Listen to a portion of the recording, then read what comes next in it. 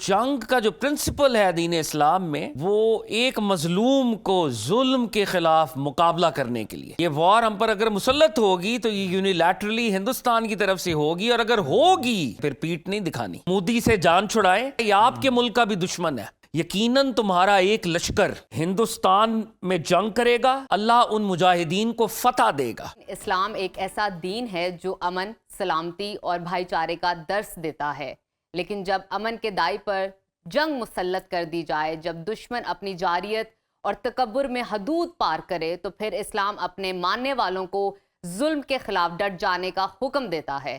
پاکستان اور بھارت کے مابین کشیدگی کے اس ماحول میں بطور مسلمان ہمارا ایمان ہے کہ ہم کبھی بھی جنگ کی خواہش نہیں رکھتے، لیکن اگر کسی غلط فہمی یا جارحانہ اقدام کی صورت میں ہمیں دفاع پر مجبور کیا گیا، تو پھر حب الوطنی اور ایمان کا تقاضا یہ ہے کہ ہم دشمن کا مقابلہ جرت، حکمت اور اخلاص کے ساتھ کریں۔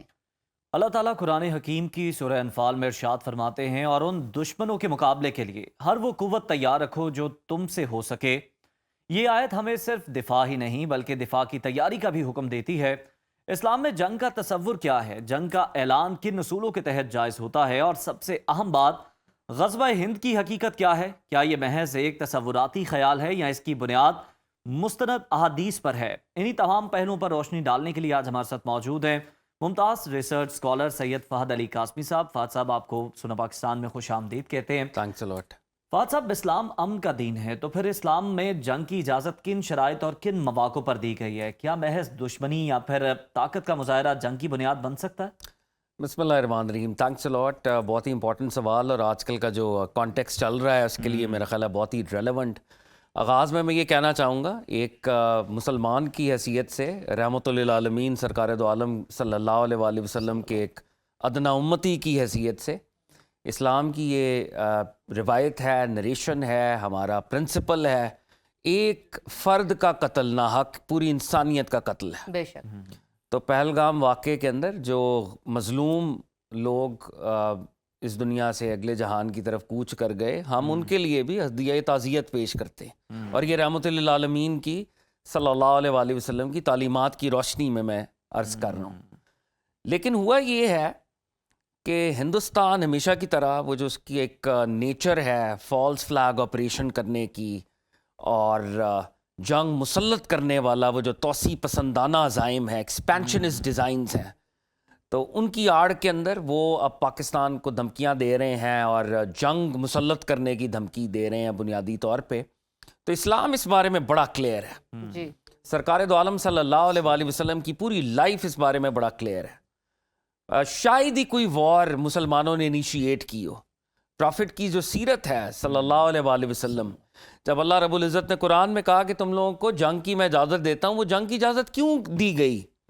کہ تم لوگوں کے اوپر ظلم ہو رہا ہے، تو مظلوم کو جنگ کرنے کی اجازت ہے جس پہ ظلم ہو رہا ہے۔ تو جنگ کا جو پرنسپل ہے دین اسلام میں، وہ ایک مظلوم کو ظلم کے خلاف مقابلہ کرنے کے لیے۔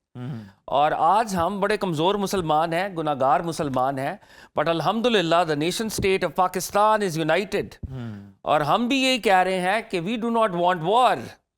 یہ وار ہم پر اگر مسلط ہوگی تو یہ یونیلیٹرلی ہندوستان کی طرف سے ہوگی، اور اگر ہوگی تو پھر جو سرکار دو عالم کی تعلیمات ہیں اور قرآن کی تعلیمات ہیں کہ پھر پیٹ نہیں دکھانی۔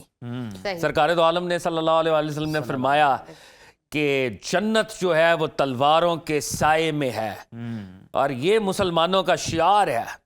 ہم حیدر کرار کے ماننے والے ہیں، سیف اللہ خالد ابن ولید کے ماننے والے ہیں۔ اگر جنگ ہم پر مسلط ہوئی، ان دیٹ کیس شروع آپ کریں گے جیسے ہماری گورنمنٹ کہہ رہی ہے، نیشن سٹیٹ آف پاکستان کہہ رہی ہے، لیکن پھر اس کا اینڈ آپ کے ہاتھ میں نہیں ہوگا۔ دس از اے نیوکلیئر پاکستان۔ یہ نعوذ باللہ کوئی مجبور مقہور غزہ کے مسلمان نہیں ہیں جن کے اوپر آپ ظلم کر رہے ہیں۔ یہ 25 کروڑ کا ایک وطن ہے، یہ دنیا کی 7ویں ایٹمی طاقت ہے، عالم اسلام کی پہلی ایٹمی طاقت ہے۔ This is a nuclear power that you are going to deal with۔ اور دنیا کی بہترین فوج، اس سے آپ کا مقابلہ کرنا پڑے، اس سے ہوگا، اور اس کے پیچھے ایک پوری قوم 25 کروڑ کی۔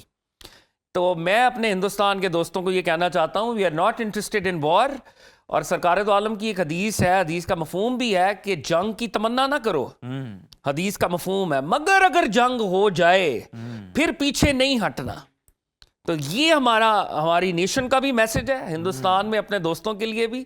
اور کیونکہ ایک مجنون قسم کا آدمی ہے, جنونی قسم کا آدمی ہے, جو میرا خیال ہے ہندوستان کے بہت سے ریشنل لوگوں کو بھی کرپٹ اور کنٹامینیٹ کر رہا ہے.